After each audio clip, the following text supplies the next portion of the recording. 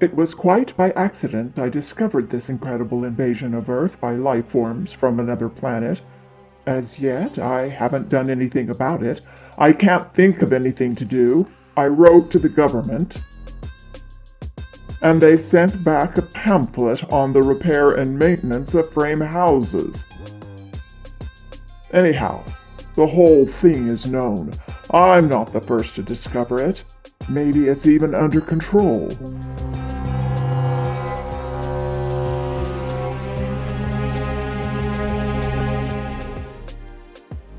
I was sitting in my recliner, idly turning the pages of a paperback book someone had left on the bus, when I came across the reference that first put me on the trail.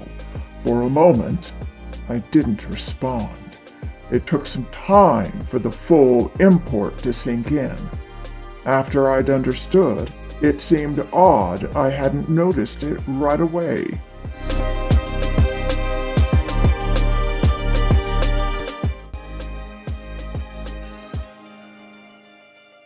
Their disguise, however, became transparent in the face of the following observations by the author, whose name was Blaine Vaudrey.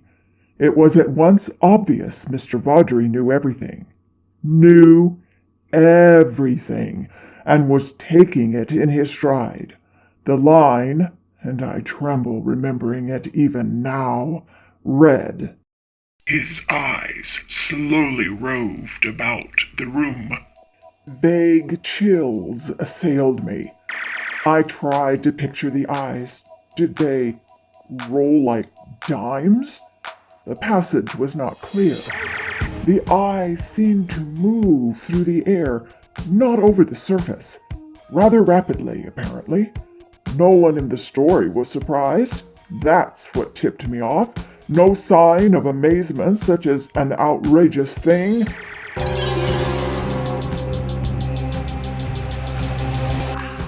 Later, the matter was amplified. His eyes moved from person to person. There it was in a nutshell. The eyes had clearly come apart from the rest of him and were on their own. Oh my God. Oh my God. My heart pounded and my breath choked in my windpipe. I had stumbled on an accidental mention of a totally unfamiliar race.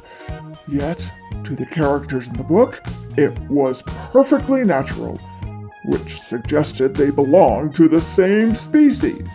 And Blaine Vaudrey? A slow suspicion burned in my mind.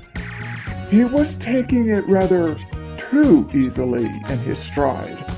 Evidently, Mr. Vaudrey felt this was quite a usual thing. He made absolutely no attempt to conceal this knowledge. The story continued. Presently, his eyes fastened on Julia. Julia, being a lady, had at least the breeding to feel indignant. She is described as blushing and knitting her brows angrily. At this, I sighed with relief. They weren't all alien. The narrative continues. Slowly, calmly, his eyes examined every inch of her. Great Scott! But here, the girl turned and stomped off with the matter ended. I lay back in my chair gasping with horror. My wife and family regarded me in wonder. "What's wrong, dear?" My wife asked. I couldn't tell her. Knowledge like this was too much for the ordinary run-of-the-mill person. I had to keep it to myself. Nothing, I gasped. I leaped up, snatched the book, and hurried out of the room. In the garage, I continued reading. There was more.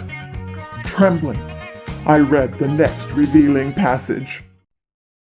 He put his arm around Julia. Presently, she asked him if he would remove his arm. He immediately did so, with a smile.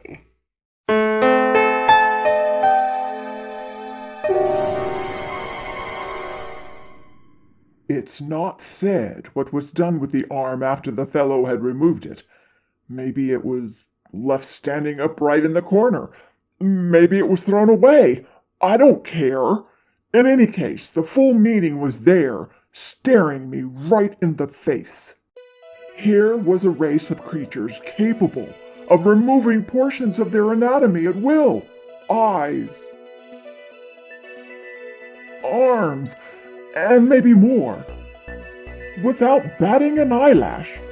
My knowledge of biology came in handy at this point. Obviously, they were simple beings, unicellular, some sort of primitive single-celled things. Beings no more developed than starfish. Starfish can do the same thing, you know. I read on and came to this incredible revelation, tossed off coolly by the author without the faintest tremor. Outside the movie theater, we split up. Part of us went inside, part over to the cafe for dinner.